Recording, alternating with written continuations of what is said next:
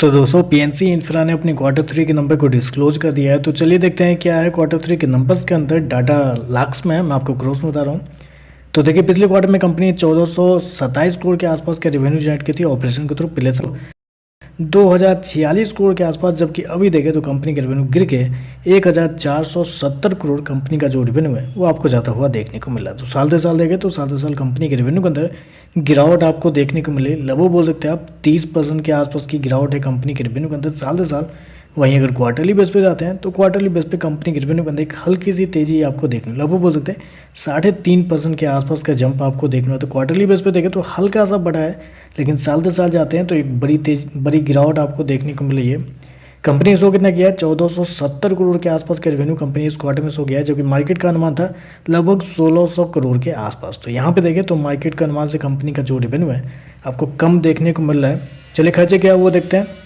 तो देखिए पिछले क्वार्टर में कंपनी ने 1314 करोड़ खर्च किए थे, पिछले साल 1827 करोड़ के आसपास, जबकि अभी देखें तो कंपनी खर्चे 1388 करोड़ आपको जाता हुआ देखने को मिला। तो खर्चे भी देखें तो खर्चे भी कंपनी के इस क्वार्टर में ज़्यादा आपको देखने को मिला है कंपेयर टू पिछले क्वार्टर और पिछले साल। चलिए कंपनी का प्रॉफिट क्या निकलता है वो देखते हैं। तो देखिए पिछले क्वार्टर में कंपनी लगभग 83 करोड़ के आसपास के प्रॉफिट में थी। पिछले साल देखें तो 184 करोड़ का प्रॉफिट था, जबकि अभी देखें तो गिर के मात्र 81 करोड़ कंपनी का जो प्रॉफिट है वो आपको जाता हुआ देखने को मिला। तो साल दर साल देखें तो साल दर साल कंपनी के प्रॉफिट के अंदर एक बड़ी गिरावट आपको देखने को मिली। 50% से भी ज़्यादा गिरता हुआ देखने को मिला। आप कह सकते हैं 55% के आसपास की गिरावट है कंपनी के प्रॉफिट के अंदर।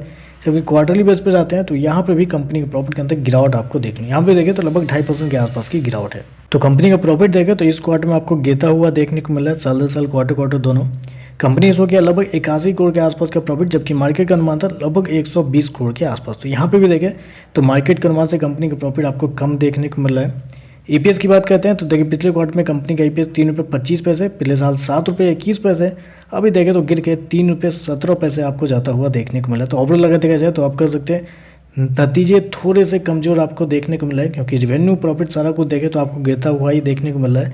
क्वार्टरली बेस पे रेवेन्यू बढ़ा है, लेकिन उससे ज़्यादा मुझे नहीं लगता कुछ फर्क पड़ेगा, क्योंकि जो मार्केट की उम्मीद थी कंपनी के नंबर्स को लेकर, उससे कमज़ोर कंपनी के नंबर आपको देखने को मिल रहा है।